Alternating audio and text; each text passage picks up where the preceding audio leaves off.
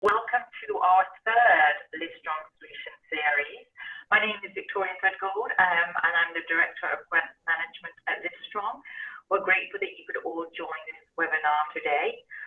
Just to let you know, this webinar is being recorded, and I say webinar, but if you've joined the past couple of sessions, events, you'll notice it's a slightly different format.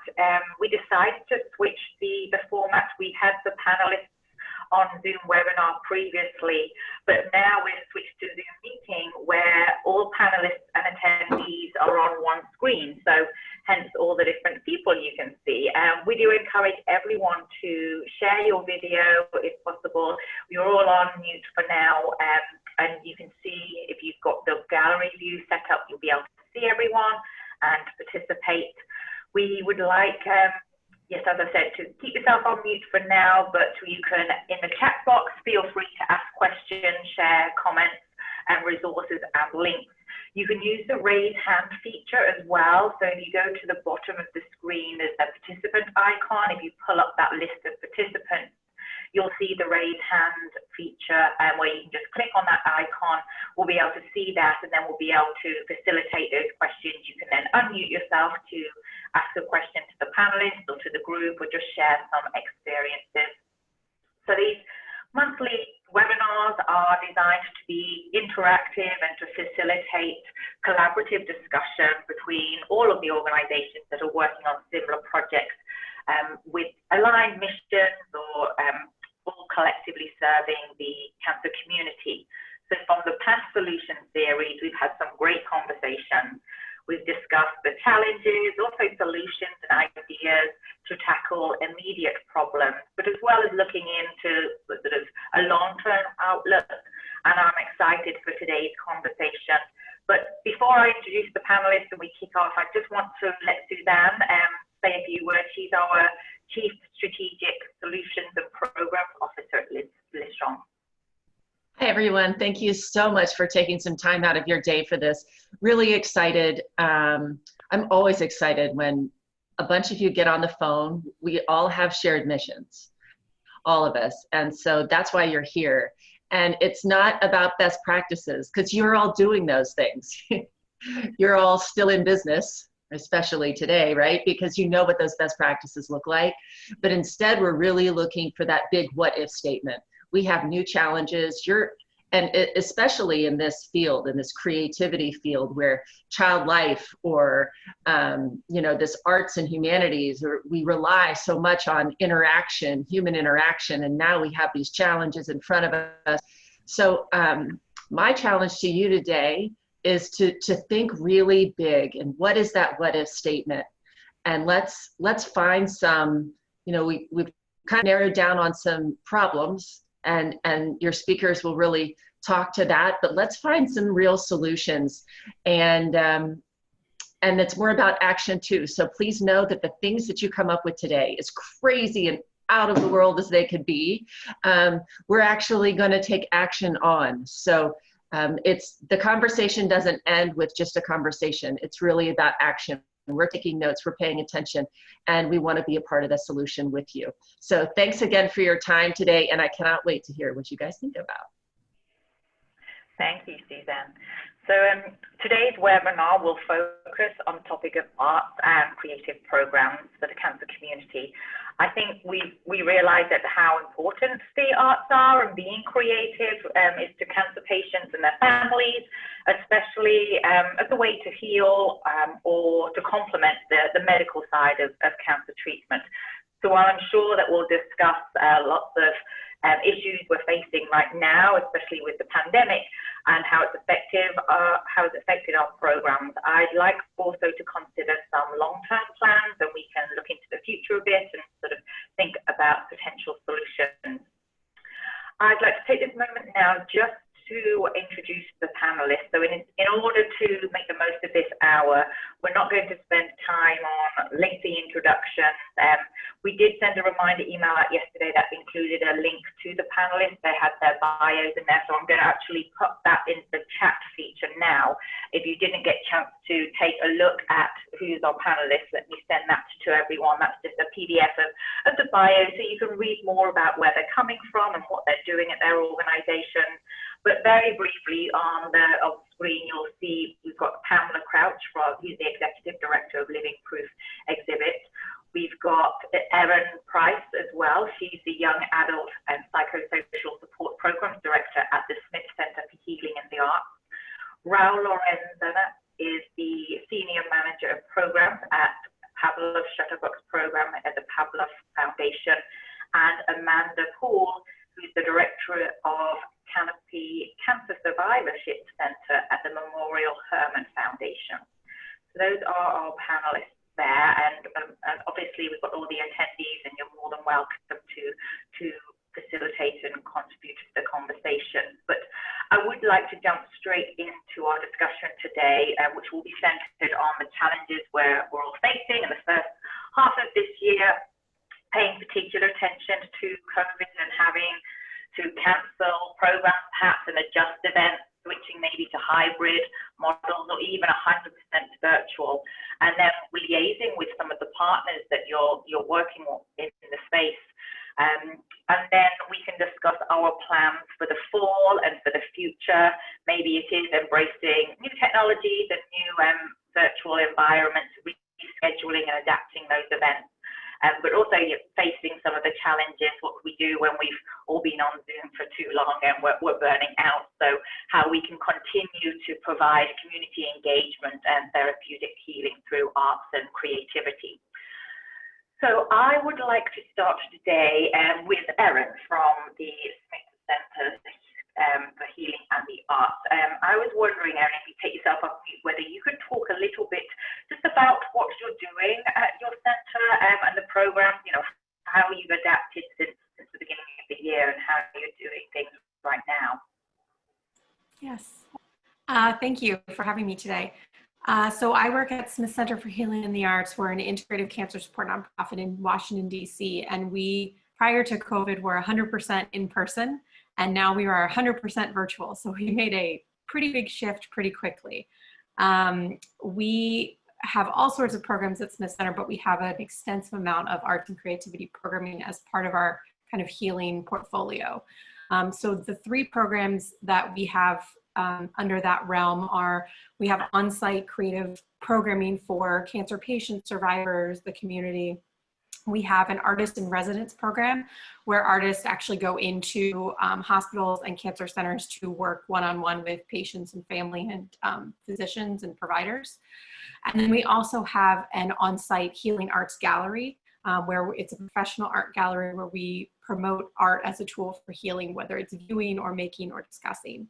So as you can see, there's a variety of challenges that would play into all of those areas of going virtual. And so I think among our on-site programming, a lot of the challenges we faced are among how do we continue to engage people at the same level and depth that we would in person. Some of our program is lighthearted and fun. Some of it is more deeper and intrinsic, ask people to go deeper inside. And that is sometimes hard to convey on Zoom, especially when you have some people on the call who might want to have the lighthearted and some people that want to go deeper. And so moderating that from a virtual sense has been a little bit of a challenge at times for certain programs. Also making sure that people have access to the supplies that they want or need. We're trying to brainstorm and troubleshoot around how can we maybe provide supplies to people that don't have access to art supplies in their home, or a great variety of them. We are also just using this as an opportunity to figure out how we can reach out to more people, how we can expand our programming, and how we can continue to translate what we do on that one-on-one level. As far as our art gallery goes, we shut that down during COVID, and now we are trying to figure out how we can reopen, how we can get the exhibit exhibitions that we have planned out to the public. We've been doing some engagement through Instagram stories and Instagram Live, Facebook Live, talks with the artists, doing tours of the gallery, using our website to tour the gallery. So we're just kind of continuing to think along those lines of how we can expand our exhibitions and continue to engage people through that professional sort of art gallery side. And then finally, through our Artist in Residence program, where we're going into hospitals, some of the challenges we faced was during COVID, during the height of COVID, during the initial days, the artists weren't allowed in the hospital. They were considered extra visitors. Things were pretty restricted. And so we kind of had to put a halt on the program for a little bit and then brainstorm around, you know, how we could still be there without physically being there. So our artists went and chalked the courtyard. They went and the musicians played music outside of the building at the entrance. They created art kits to be handed out to participants. So like knitting or crocheting kits or coloring mandalas, various projects that could sort of be very easy to give to someone so that they can do on their own. And then we've been exploring how to build some virtual programming with these patients, despite the fact that some of the hospitals we're working in don't have great technology infrastructure for patient interaction. So we're trying to work around some of those. We figured out quite a few things, but we are still learning and still sort of adapting each of these programs to better serve our population. Thank you, Erin. I like, how you are adaptive, being more creative, especially like going outside the hospitals and playing music and talking outside instead of going into those hospital environments. But I think those relationships with those partners, like you said, with the gallery, I know that Hamlet, you wanted to say a few words just with your living proof exhibit and what you do, because I know you partner with galleries and museums and things, so maybe you could talk about those challenges of what you've been doing and maybe what you're doing for the future with those partnerships, how you can get back into physical spaces, perhaps even on the cards. Sure. Thank you for having me here today. And much like Erin, we were 100% in person, and now we are not, and that is very challenging.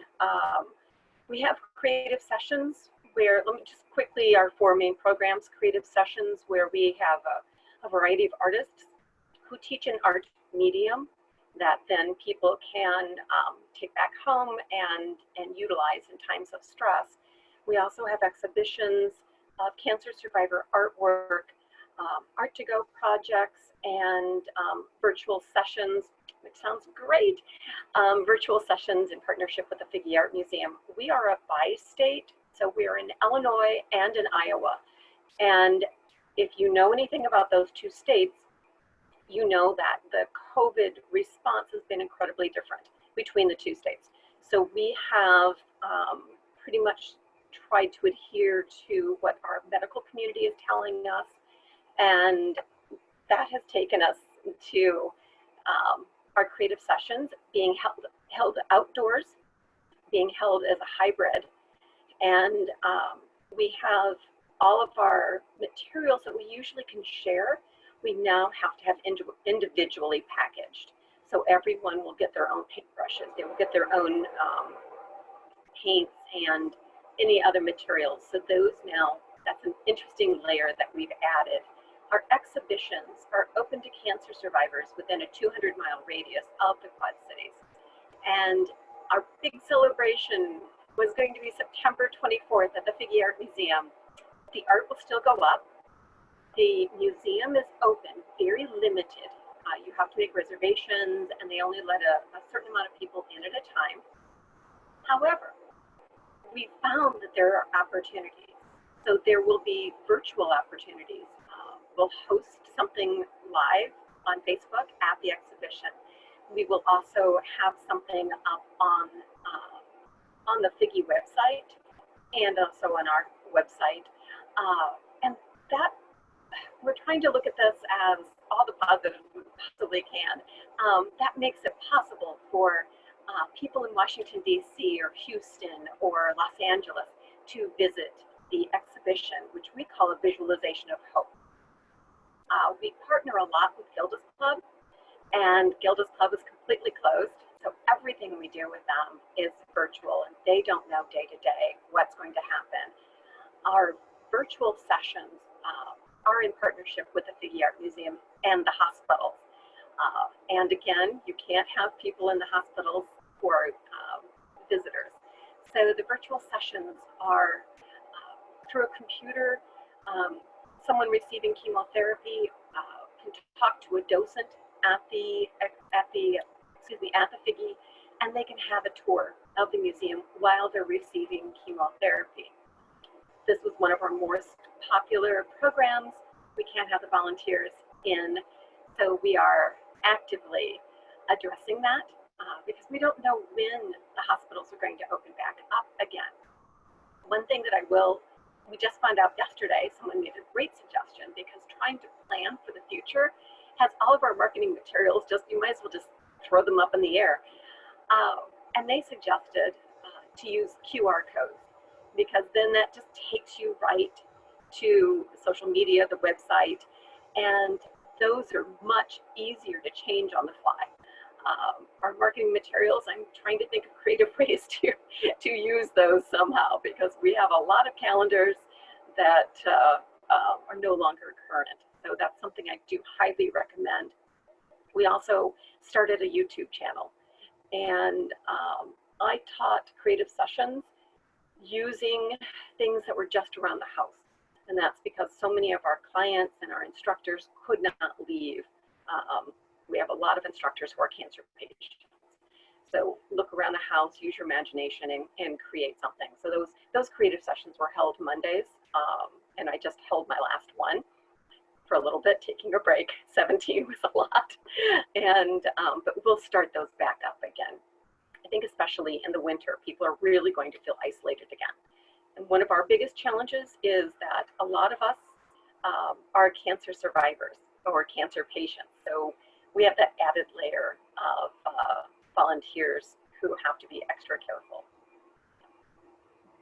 Thank you. Thanks, Pamela. I think, yes, paying attention to the staff and the volunteers that are doing the work just as much as the people you're serving, and sometimes it's the same person. So I appreciate those comments and insights, and then I like how you're embracing like YouTube and thinking about virtual opportunities, and it's nice to have that hybrid. I want to get to Amanda, just because I know she's in the hospital setting, but first, if you can bear with me, I just was wanting to talk to Raul and connect with him, because when Pamela was saying about the working in different states and Iowa and Illinois, not just about the people you're serving, but also the policies and the government, local governments and things. And I know, Raul, you're operating in several states or several locations with your Pavla Foundation. So maybe you can touch upon what you're doing at those different locations, or how you've come together in this virtual setting, and how it's,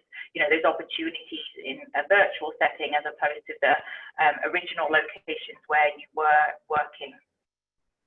Yes, of course. Hello, everyone. Thanks again for having me.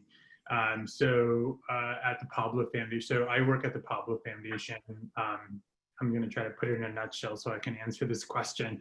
I am the senior program manager for the Pablo Shutterbooks program, which is an art education program and a quality of life program that teaches photography to kids and teens living with cancer. And we operate our program. We started a program here in LA about 10 years ago, and we've slowly expanded, and we're in 7 cities nationwide. And so in the spring, because like echoing a lot of your sentiments, right? A lot of our programming, or not a lot of it, all of it was in-person programming. And so in that same sort of transition of going to, how do you go from in-person programming to doing it completely virtual, right? And then we've already walked through the door of postponing or canceling our programs in the spring and summer. And so for us in the fall, that just wasn't an option anymore, right? To just kind of continue waiting until this passes, so this waiting for it to pass. And so our team has kind of been pushed to sort of innovate and start to think about how we can transition our program to be virtual, not just here in LA, but across the country. And I think that what the sort of the silver lining there is that when we deal with pediatric oncology patients, right? So these are kids, you know, usually 18 years and younger that participate in our program. A lot of them tend to be currently going through treatment. Our program is designed specifically for patients going through treatment. So there's an added layer of, okay, the average person is already at risk with COVID. So with dealing with a child whose immune system is completely compromised, how does that look like? How does our program fit their needs during a time of COVID? So we can't do in-person programming. And then thinking about how do you keep this experience continuing to be fun and engaging for them, and making sure that you're not dwelling on like this virtual burnout that's going to become very real, or is already becoming very real for a lot of people and a lot of families, where their entire school system is having to go forward. And so our team sort of realized, and in talking with our educators, I've been sort of, I attended a mini conference last week. And it's also about realizing that your in-person programming is never going to translate over to the virtual realm. Yeah, it's just not possible. You know, you can't have a one-for-one model. So, you know, that idea needs to kind of go out the window, and you're gonna have to try to think about how you can kind of sort of build this from scratch, or just kind of reimagine what your programming looks like, right? So for us, the conversations have been with a lot of the partner hospitals that we work with in each one of these cities. So in Boston, talking to like to Dana-Farber, and Massachusetts General, in New York, talking with Hassenfeld and our other hospital partners to think about.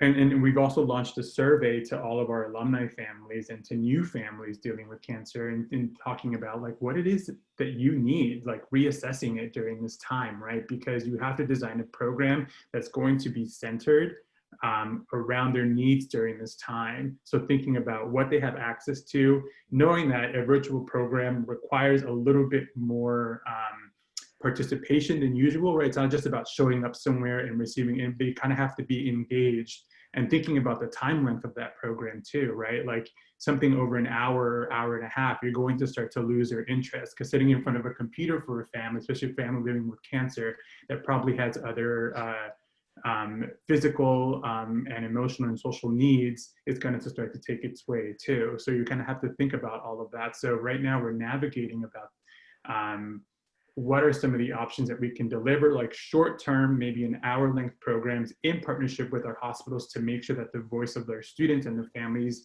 continues to kind of be at the center of the conversation. And also working with our community partners. So like a lot of our classes are hosted either at art institutions and museums, but also working with them and seeing how we can leverage what they're doing. So we're not reinventing the wheel here, but we're working with whatever they have to offer too, right? So our partner, as an example, here in Los Angeles, our partner is the Huntington Library and Gardens and Museum here in Pasadena or in LA.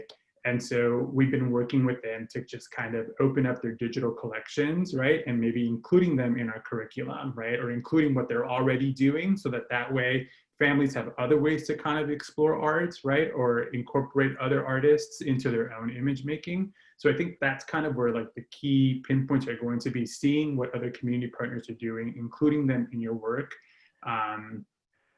And then just kind of keeping the needs, right, of families living with cancer at the core of your conversations.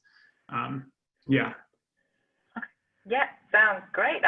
Thank you for that, sharing that. And I think it's great that you're looking into those opportunities, working with those partners and opening up digital archives and opportunities that maybe just the regular program just wouldn't have allowed. And I know maybe dealing like with partners on the West Coast compared to your locations and partners on the East Coast is probably quite different. But I think got that I got an email that your New York gallery exhibition is going virtual in September, and I got got an opportunity Yeah. to join that. And I was like, oh, wow, that would be great.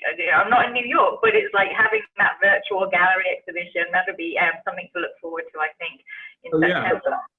Yeah, So, and I'm going to touch quickly on something too. One thing that I was looking to, so we were sort of in that same sort of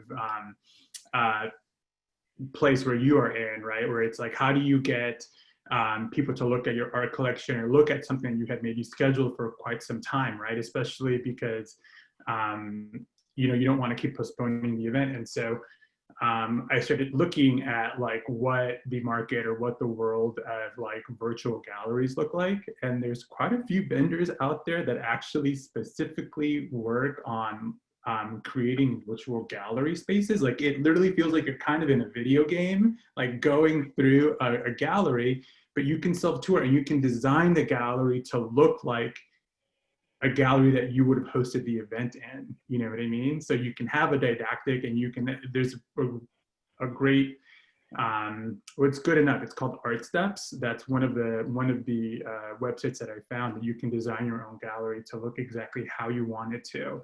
And so maybe keeping something like that where you're like on a Zoom call and you kind of guide someone through or guide your audience through a gallery.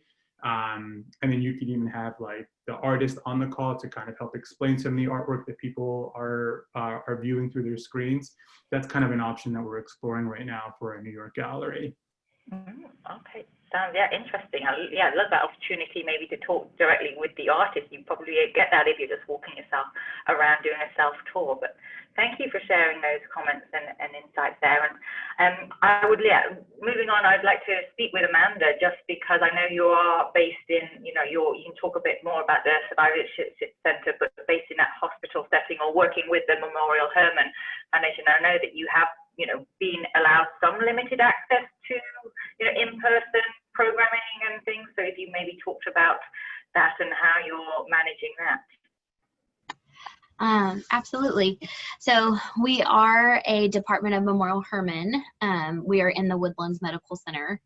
We are in an outpatient building, so that allows us to kind of have a hybrid, like Pamela was talking about. Some of our, when we reopened, we decided that we would only focus on classes that helped reduce stress and anxiety. Obviously, our art therapy program was one of those.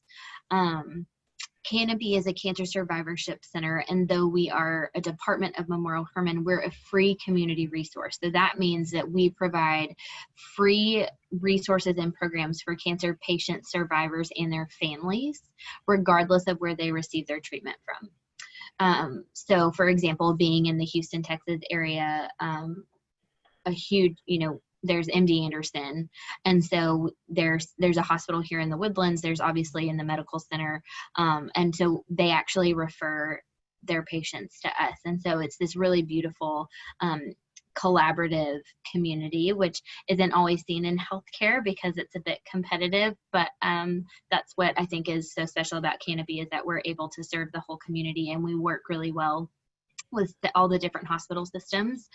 So we've been really fortunate. As you said, Raul, it is really hard to, like, in-person classes just don't completely translate virtually. Like our whole mission is about community and being that second family and support system for these patients.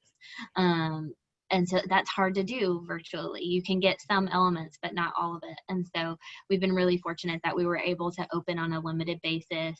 We have some modified hours.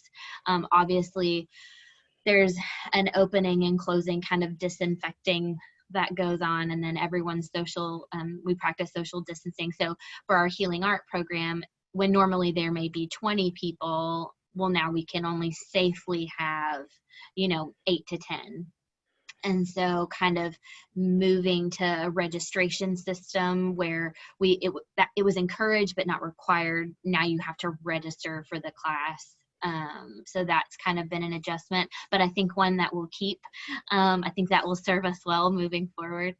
And so, yeah, it's been interesting, but we've been very fortunate. Memorial Hermann has given so much support and help, and they have that infrastructure that we could kind of draw on to say, okay, what are some best practices in reopening? Because we did close for the month of April.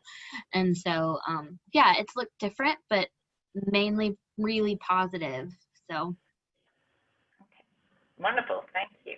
I'm glad that, yeah, it is positive and you're able to reopen it, some limited sort of areas, but it's great that you have that resource open to everyone and you're able to collaborate across all different healthcare systems. That sounds great. I maybe just take a moment just to see whether the attendees on the call have specific questions for the panelists or just for the group in general. If you want to type it into the chat box, or you can raise your hand and we can take you off mute. But I was just thinking about, well, maybe people are thinking about questions or typing their comments into the chat box.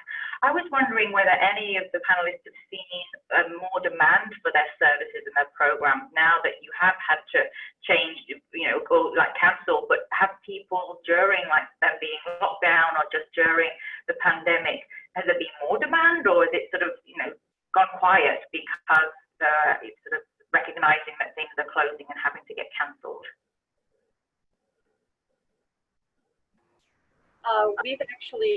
We have Art2Go projects, and ordinarily we would distribute those just locally.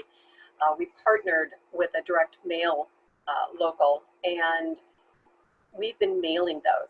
So the Art2Go projects have been going in the mail to a much wider audience than we would ordinarily see. And so I think that an additional, the virtual, but this is getting art projects in the hands of people. So being able to mail these Art2Go projects has been a wonderful benefit, but I was surprised at how much need there is as far as outlying areas. We serve a fairly small area within the bi-state, and the direct mail can send them anywhere, and these have been now sent all over. Okay, that's good. Great. I think, Amanda, do you want to go about your... I was just going to agree with Pamela. We've done similar, people can either come pick up supplies at Canopy, or we'll send the list out ahead of time if they feel comfortable going out. Some people feel more comfortable coming here since they know it's a very safe and kind of controlled environment. But I would definitely say we have seen a definite increase in, we have a children's art therapy program as well. That has not returned yet, just because the risk of kids being carriers, and we just haven't felt led to do that yet. But we have had more participation in the virtual art therapy. Like, they're taking maybe the projects that we're having for adults, and we've modified them some for children. Most of our children are anywhere from 13 to 15. So as far as feelings that they're processing, it's a bit more mature than, say, a 6 or an 8-year-old. And so some of our art projects can work for both children and adults. And we've definitely seen an increase in participation. Okay. That's good. Good. I have seen the same thing. We are among our virtual programming specifically. Registration and attendance is up over what we would have typically been doing in person. And, I think that really just speaks to the need for connection and community right now. And that's across our arts and creativity program, but also our support groups, our yoga classes, all of the cadre of programs that we offer. That's, good to hear, I think. But now, how are you dealing if there is more demand and registration is up and people want to attend your programs if they are either virtual or in person? But in terms of costs, obviously, you said, Pamela, about mailing out individual supplies or, sort of having to accommodate more people. In terms of what are you doing to manage those costs? Are you managing to save costs because they're not in person, or is it an increased expense having to do these online programs and individual accommodations for supplies?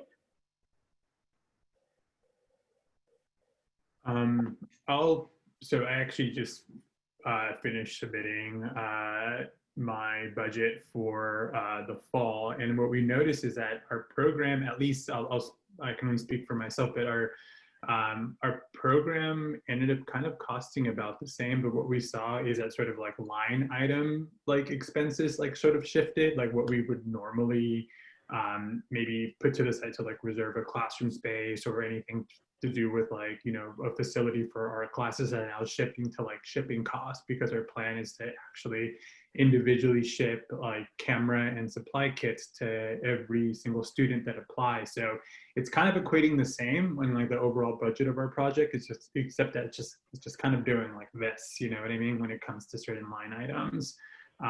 So we haven't necessarily seen a major shift in our program being like more expensive than it was before. It's just kind of looking a little different. Mm-hmm.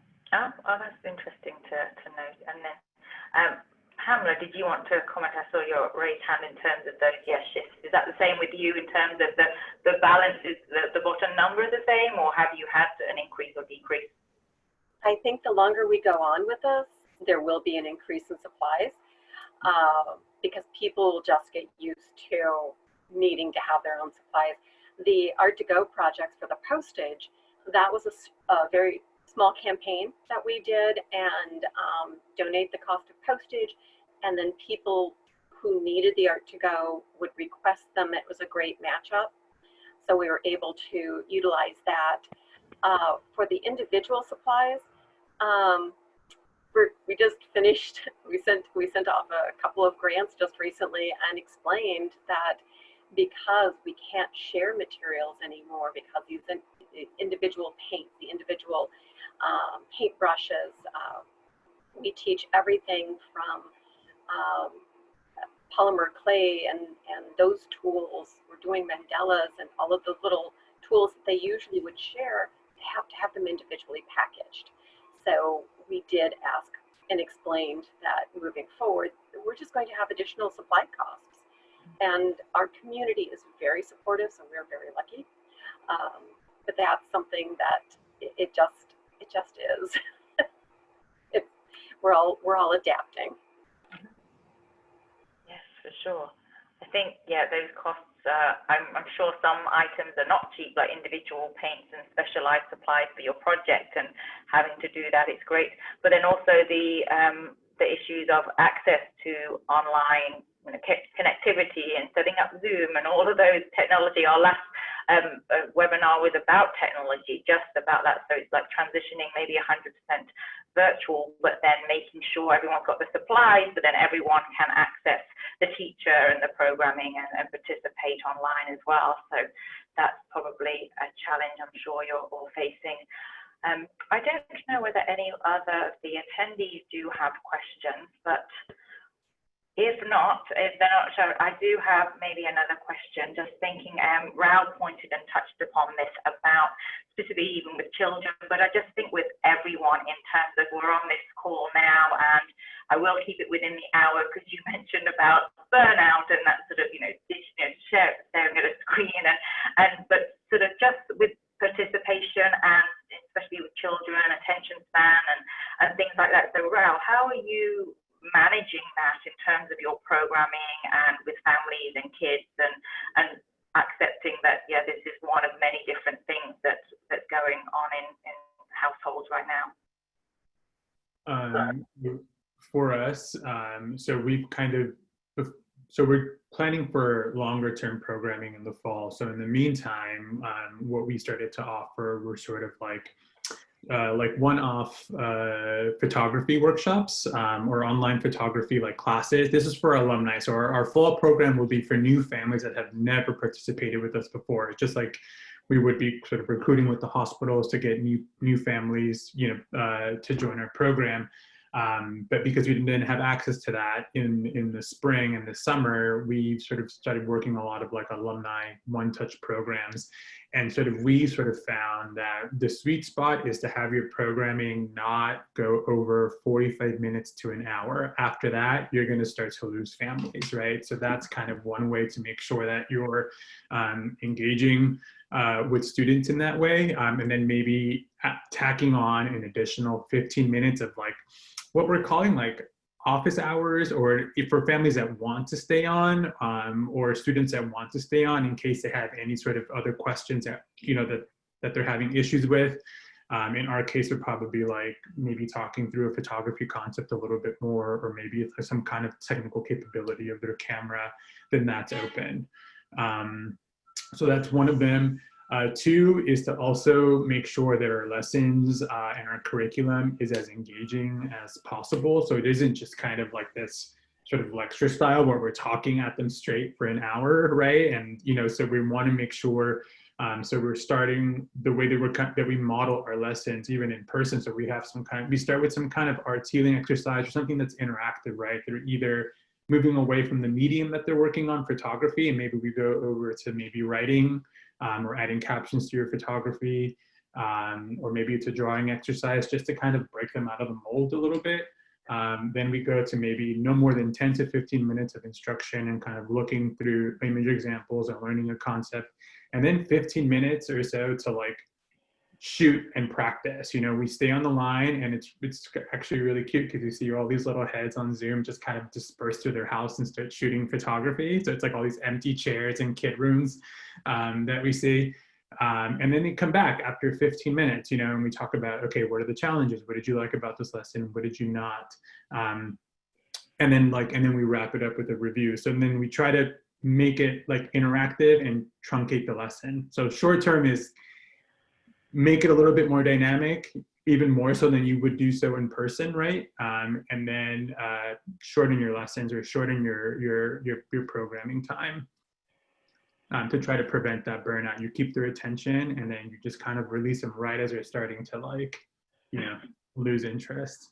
That sounds like you got it down there. It sounds like a good plan. And I think, like you said, it's the planning, the organization, experimenting with different things to then see how. But I love that idea that you are engaging everyone on the call and being interactive, but then also allowing them to sort of have, you know, special attention if they have technical questions and things. So that's, yeah, I like that idea of being, you know, carrying on.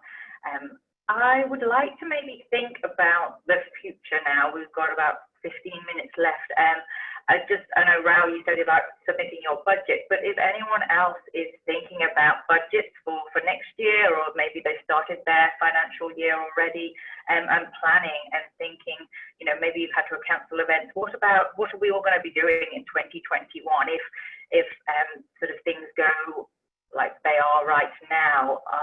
Has anyone got a thought about what they're doing for next year?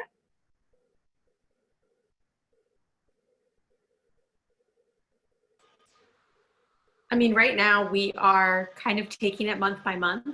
We, you know, being virtually allows us to be very adaptable, and we are trying to use that to our advantage.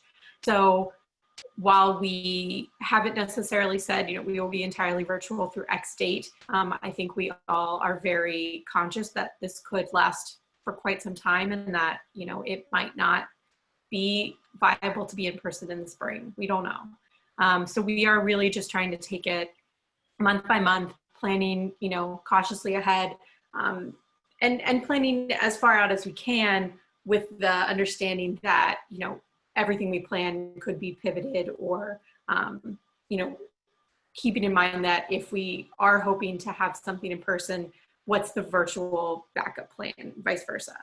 So we're just trying to stay really agile and use that to our advantage. You know, previously we were the organization that, you know, we would put our calendars out for 3 months at a time. We'd always be 6 months ahead. And so now we're sort of in a slightly different spot, and there's pros and cons, but it's also sort of fun to have that flexibility to sort of have an idea and say, let's throw this in September. We've got time, we can do it. And, you know, just continuing to learn and survey our participants, come up with ideas, figuring out how to change things.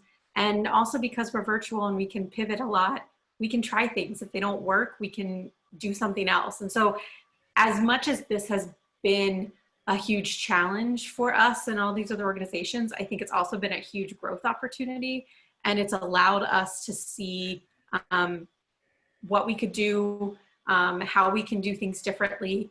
And I believe that once we are back, you know, to quote unquote normal, we will have some sort of hybrid system. You know, it won't be complete. We won't completely go back to the way things were before, because it's honestly serving our population to be able to engage from their home when they're maybe immunocompromised or can't get out the door that day, but they can still participate. So we found a lot of silver linings that we're kind of trying to use to our advantage. Great, that sounds, yeah, I love the idea of being like agile and having that virtual backup plans, but trying and experimenting. So it'll be interesting to see what comes out of it, maybe a brand new opportunity. But Pamela, did you want to talk about your plans for the future? Sure, and 100%, one of the huge advantages that this group has is that you're all creatives. And so you're willing to embrace new ideas, you're willing to experiment, you're willing to throw it against the wall and see what sticks. As Erin said, you're agile. So that's something that I think we all need to embrace a little bit more. Moving forward for next year, our creative sessions are going to be hybrid. There's always going to be a hybrid aspect to it. Even if we can meet outdoors and make art socially distant, we have to accommodate that. But that opportunity allows us to have an instructor from a different city who can be virtually and teaching everyone, because we do work with writing, we do work with music, all arts programming. So I look forward to finding out what those opportunities are. The exhibitions that we have in the hospitals, we can now go in and change out the artwork, but we have to go in at 7:30 in the morning or at noon. So that's fine. At least we can get back in and make those changes. We're going to be increasing our Art to Go projects. Haven't figured out postage for the future. The little micro campaign was successful. Is that something we're going to do in the future? I don't know yet. But we need to get art projects into the hands of people who cannot get out. We have to come up with a new idea for that virtual session, that the robot tours that we used to have, and we have some ideas. We haven't figured them out yet, but they're out there. Look for them. I'm happy to share. We have an opera that was created with the posted premiere this year. It's been pushed into February. We'll see how far it premieres, how far the premiere gets pushed. We're sharing bits and pieces. A few arias are out there. That's something, we don't know when theaters are going to open back up. We don't know when people are going to be able to, singing is a whole different animal with it, with the particles, and we've had to address that with several of our creative sessions. So that's one of the big unknowns, but we have a terrific partnership with the Quad City Symphony, so we'll figure it out. But yes, that's kind of where we're going for next year. Okay, wonderful, thank you. And I think, yes, sort of all those arts and creative programs, different aspects of, like, visual arts is different to, like you say, performing arts and singing and being vocal. And so I think, yeah, good luck for your February event. I hope it can go ahead at some point. But we do have a couple of questions in the chat that we can get to. Someone says that it seems that most of you are offering formal classes, and that their program is one-on-one projects offered by our team of 7 part-time artists who work on a full range of different projects and patients, so the toddlers right through to senior citizens, plus intro to our 1,600 plus collection of works by regional artists. And their question is, does anyone else rely on one-to-one interactions with artists and patients?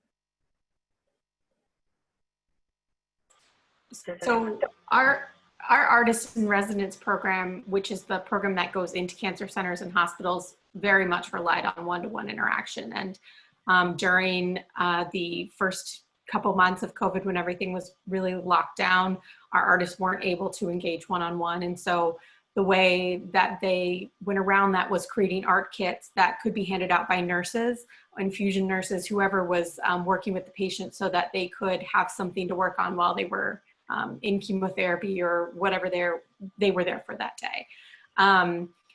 Now that our artists are allowed to be back in person, it's still a little bit limited in these interactions, so they're still using the art kits. And I would say that probably most of the interactions that have been going on have been through our musicians. So they're able to be a little more freely roaming around, and it can be adapted to providing music for the whole center versus one-on-one.